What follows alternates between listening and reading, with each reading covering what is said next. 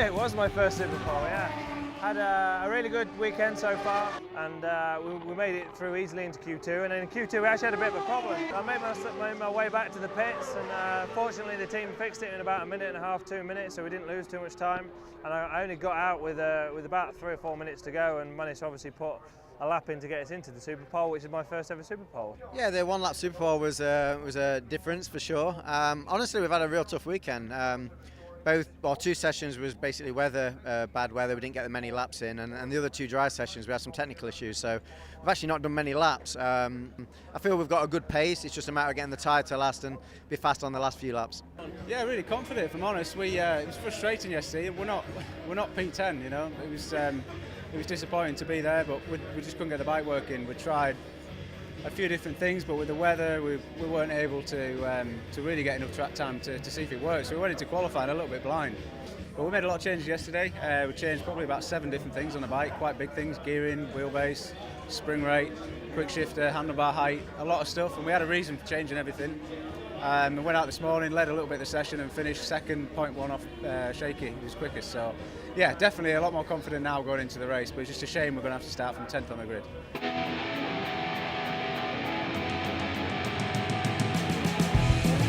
Snetterton in Norfolk. The airfield circuit celebrating its 65th birthday this year. When the red lights go out, they've been holding them a long time so far. Not so long this time. Shaky gets the start he wanted, although the front wheel did veer up on him.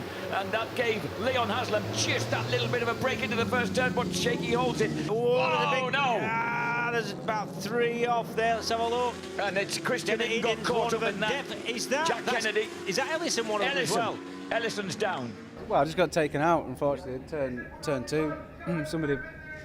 Somebody T-boned someone else, and someone else fell off, and bike collected me. So just really frustrating. I mean, you know, it's the first lap. You know, everybody kind of usually gives a little bit of leeway at turn 2 because we know how tight it is. But I just seen some idiot flying up the inside, going for a gap that wasn't there, and at the end of it, 3 people were taken out. So.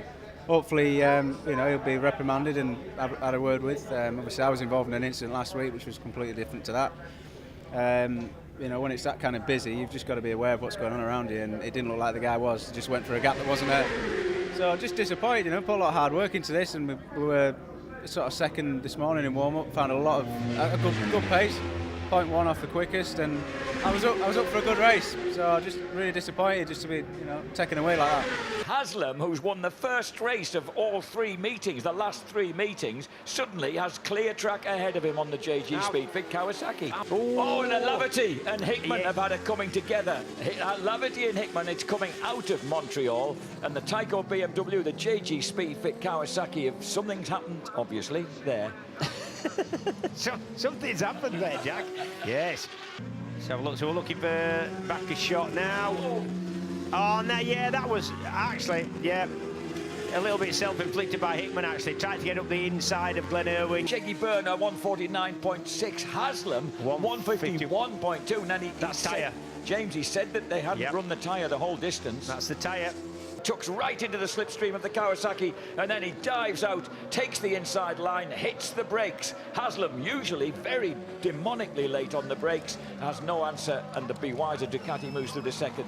O'Halloran takes his first British Superbike race win. Dan Linfoot has a massive moment, thankfully stays upright. Shaky Byrne will finish 3rd, having come from 3rd last on the Be Wiser Ducati. We're still adapting. Well, I should say Leon's still adapting to the bike and the circuits, but to actually lead the championship at this point, yeah, really pleased with his progress. Like anything, we always want more, but I think that's every rider in the paddock. So I think we can get more. We're still not at his limit, with the bike or his riding on the short circuit stuff. So yeah, overall, very pleased with him. I'm a bit sore, but I'll be all right, I think. So the bike wasn't too badly damaged. It's a fairly slow crash. It's just the fact I got run over really afterwards, but lost a bit of skin off my knees. But other than that, I'll be okay. Yeah, I mean, it's not good. I've got a little bit of a gap in front of me here. It looks like Brock Park's now on the grid. I saw him in the medical centre earlier, and he was complaining of his ribs. So I think he must have done a little bit too much damage to that. And obviously he's got Suzuka and stuff coming up, so there is a little bit of a gap there. Hopefully he's not too badly damaged. He's maybe just sitting out as not to get even more damage. So yeah, it's good that there's a gap there, and we'll just see what we can do with it.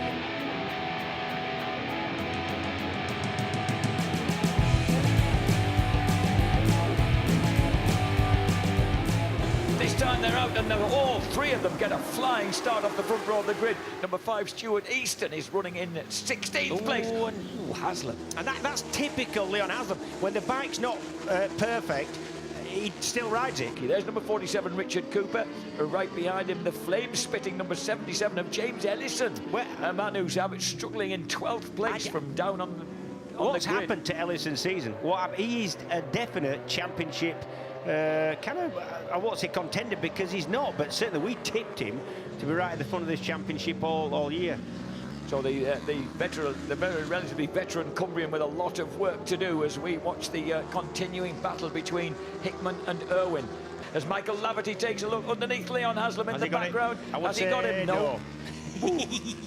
Michael Laverty he's got that so sweetly sorted out, but does he lose drive up the straight? There are three of them abreast as they come up the hill. Michael Laverty is surely in the best position for Richards, but here comes O'Halloran. He takes advantage of Leon Haslam just losing that head of steam at the foot of the climb. And sliding as well. Moment. And the red flag has come out. Shaky burn. There's oil or fuel. That Shaky Burn put his... it was Dan Linford who kindly put his hand up after seeing that big moment for Shaky Burn and realising... Somebody's off on it. Is that Hickett? Oh, that's Hickman. Looks like Hickman's been off on it. Our timing screen at the moment says Aidan Irwin Hickman, so I'm assuming that Peter Hickman will be awarded that 8th place, James, even if he fell on the oil. Yes, because the red flag was out already, and the red flag wasn't because of his incident.